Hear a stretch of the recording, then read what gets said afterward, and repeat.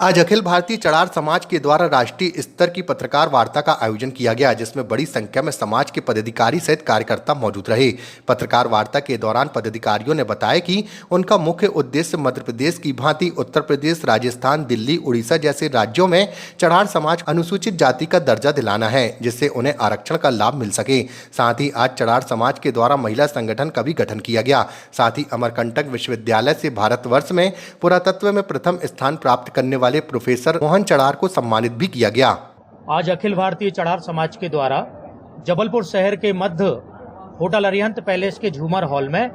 राष्ट्रीय स्तर की पत्रकार वार्ता का आयोजन किया गया। आज की इस पत्रकार वार्ता का मुख्य उद्देश्य मध्य प्रदेश की भांति उत्तर प्रदेश, राजस्थान, हरियाणा, दिल्ली, उड़ीसा जैसे राज्यों में चड़ार समाज को अनुसूचित जाति का दर्जा दिलाना, जिससे वहां पे हमारी आने वाली पीढ़ी को आरक्षण का लाभ मिल सके। साथ ही साथ रानी दुर्गावती जयंती के आज के इस पावन पर्व पर चड़ार समाज के द्वारा महिला संगठन का गठन भी किया जा रहा है। और हमारे बीच में उपस्थित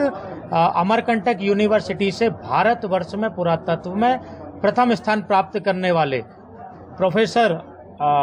मोहन चड़ार जी का समाज के सभी वरिष्ठ पदाधिकारियों एवं राष्ट्रीय कार्यकारिणी द्वारा स्वागत किया गया है, क्योंकि उन्होंने पुरातत्व में भारतवर्ष में प्रथम स्थान प्राप्त करके चड़ार समाज का नाम देश दुनिया में रोशन करने का कार्य किया। तो प्रारंभ से, प्राचीन काल से लेकर और आज तक महत्वपूर्ण समाज की जिम्मेदारियां ये समाज उठाता रहा है। और जब संविधान की अनुसूची में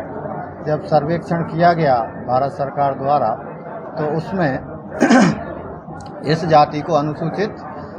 जाति में सम्मिलित किया गया, मध्य प्रदेश में और छत्तीसगढ़ में। मगर कुछ जैसे उत्तर प्रदेश है, उड़ीसा है, महाराष्ट्र है, राजस्थान है, गुजरात है, वहाँ क्या है कि वहाँ कम संख्या में लोग थे, 2-4 परिवार थे, तो उनका वो अनुसूचित जाति में नाम नहीं आ पाया है, लिस्टिंग नहीं हो पाई है। तो उसको ये सुधार अगर किया जाए और पुनः से एक बार सर्वेक्षण किया जाए तो सभी लोगों को एक साथ एक जैसा फायदा होगा। तो समाज में जो पिछड़े लोग हैं, शिक्षा की दृष्टि से पिछड़े हैं, रोजगार की दृष्टि से पिछड़े हैं, तो उन सभी को एक साथ एक जैसा फायदा मिलेगा। तो इस पे एक पुनः जो है सर्वेक्षण किया जाए और जिन दूसरे राज्यों में, छत्तीसगढ़ और मध्य प्रदेश के अलावा उन राज्यों में एक जैसा आरक्षण जो मध्य प्रदेश, छत्तीसगढ़ में है चड़ार जाति को, वो दिया जाए तो बहुत ही अच्छा होगा समाज और देश के लिए। डॉक्टर मोहन महिला शक्ति के लिए जो बुलाया गया है और हमारी महिलाओं में जो कमी है, जैसे लोग उन्हें बाहर नहीं जाने देते, राजनीति नहीं करने देते, नौकरी नहीं करने देते, उस विषय पर मैं चर्चा करना चाहती हूँ। महिला शक्ति तो शुरू से आगे थी और मैं चाहती हूँ अपने समाज के सभी बंधुओं से बात कहना कि उन्हें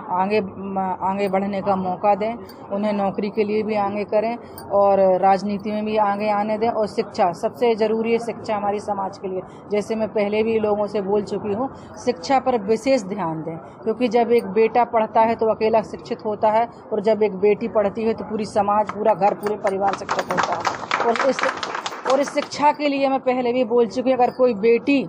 इंजीनियर, डॉक्टर या IAS या कुछ भी में अगर पीछे है और पैसों का अभाव अगर है तो मुझसे मिलें, मेरा नंबर लें और उस बेटी को मैं जितने मुझसे कोशिश बनेगी पैसों से मैं पूरी हेल्प करेंगे, ताकि वो बेटी आगे चल के सब कुछ बने। समाज के प्रति ये मेरा समर्पण है और मैं बहुत प्यार करती हूँ अपनी समाज को और अपनी समाज को आकाश की ऊंची